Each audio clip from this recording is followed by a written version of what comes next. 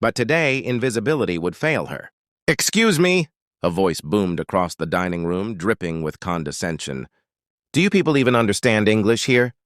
Maria looked up to see a man in his 60s, dressed in a suit that probably cost more than she made in 6 months. His face was red, twisted in irritation as he waved a menu at another server, a young woman from Ecuador who'd only been working there for 2 weeks. I'm sorry, sir," the young woman stammered, her accent thick with nervousness. "I bring you—" "I don't want excuses," he cut her off, loud enough that other diners turned to stare. "This is America. If you're going to work here, speak proper English. Is that really too much to ask?" Maria felt her chest tighten. She'd seen this before too many times. She recognized the look in the young woman's eyes, that mixture of shame and fear, the desperate need to keep a job that paid the bills but cost you pieces of your dignity. Before she could think better of it, Maria stepped forward. "Sir, I apologize for any confusion. I'm the senior server here. How may I help you this morning?" The man's eyes swept over her, taking in her dark hair pulled back in a neat bun, her simple uniform, her weathered hands. His lip curled slightly. "Finally, someone competent. I want a proper American breakfast. Eggs over easy, bacon crispy, wheat toast, coffee black. And I want it in the next 15 minutes. I have a business meeting." "Of course, sir." "Right away." As Maria turned to go, he called out, making sure his voice carried across the room. "And tell your little friend there that if she wants to make it in this country, she'd better learn the language. Better yet, tell her in Spanish. You people all stick together, don't you?" He laughed, a harsh sound that made Maria's stomach turn. She didn't respond. She simply nodded and walked toward the kitchen, her face burning. But the man wasn't finished. As she reached the kitchen doors, she heard him talking loudly to his companion, a younger man who looked uncomfortable. "Can you believe this place? Hire anyone these days?" "You know what? I'm feeling generous. I'll make her a deal." He raised his voice again. "Hey, you with the bun?" Maria turned slowly. "I tell you what," he said, leaning back in his chair with a satisfied smirk. "You serve me my breakfast in perfect English with impeccable service, and make me feel like I'm actually in America and not some third world country, and I'll tip you $1,000. $1,000. Cash!" He pulled out his wallet, thick with bills, and waved it. "But you have to earn it. Speak only English.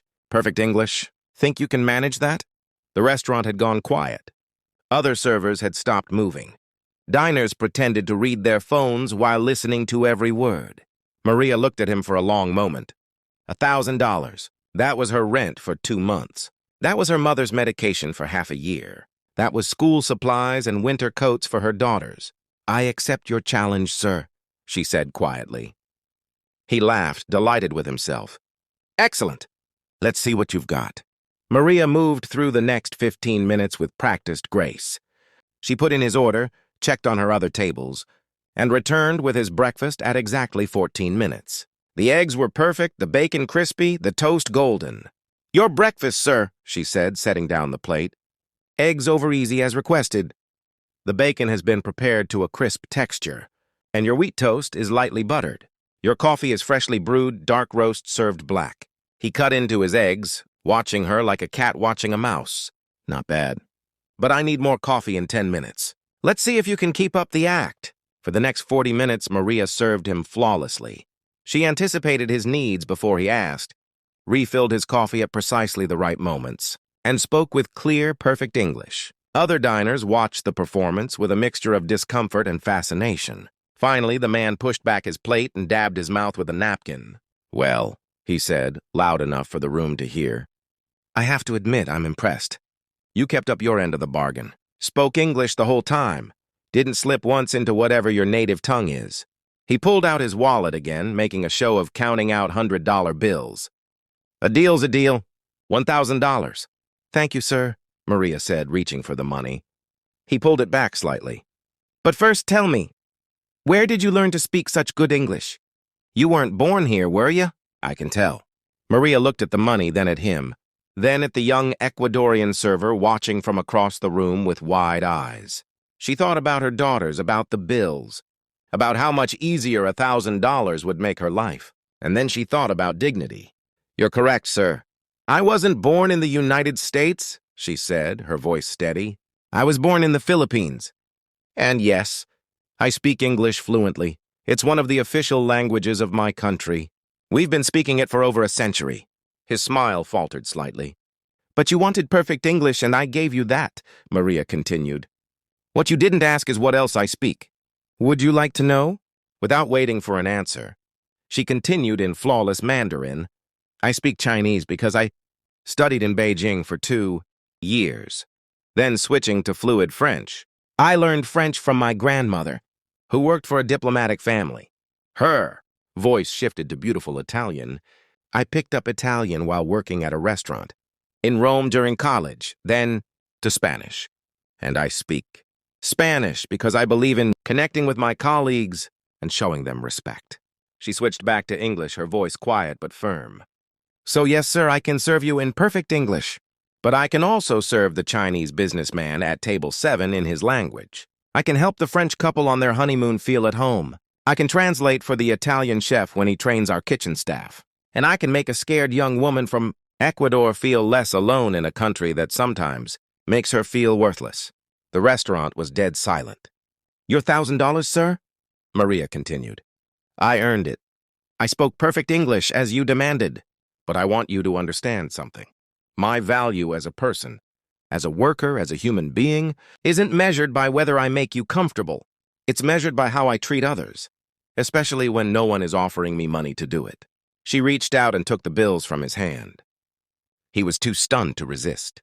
I'm going to take this money, she said, and I'm going to split it with every server in this restaurant who has ever been made to feel small because of an accent, a language, or where they came from. Because that's what people with real class do. They lift others up. The man's face had gone from red to pale. His companion was staring at the table, clearly mortified. Maria turned to walk away, then paused. In a voice that carried genuine warmth despite everything, she said, I hope you enjoyed your breakfast, sir.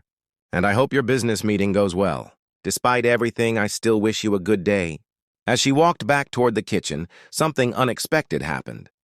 One person started clapping, then another. Within seconds, the entire restaurant erupted in applause. Diners stood up. The young Ecuadorian server had tears streaming down her face as she joined the ovation. The millionaire sat frozen, his expensive suit suddenly seeming like a costume, his wealth unable to buy back the dignity he'd just lost. Later that afternoon, Maria gathered all the servers in the break room. She divided the $1,000 into equal shares, pressing bills into hands worn from hard work and hearts worn from two. Many moments like this morning. This isn't just money, she told them, her own eyes bright with tears. This is a reminder. Your language, your accent, your country, these things are not weaknesses.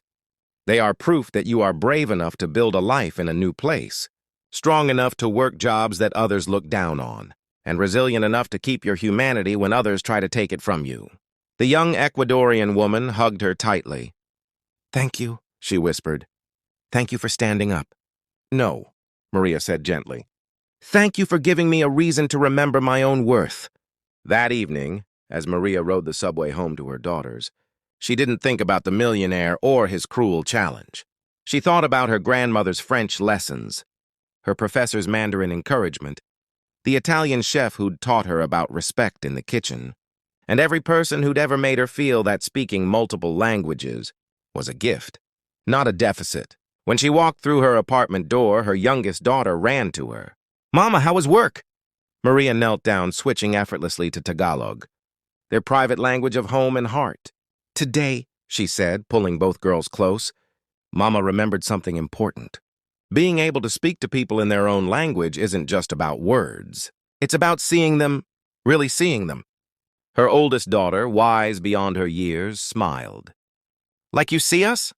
Exactly like that, Maria said. And in that moment, in a small apartment far from marble counters and crystal chandeliers, surrounded by the two people she'd crossed oceans for, Maria realized something. The millionaire had offered her $1,000 to prove her worth in his language. But she'd been priceless all along in every language she spoke.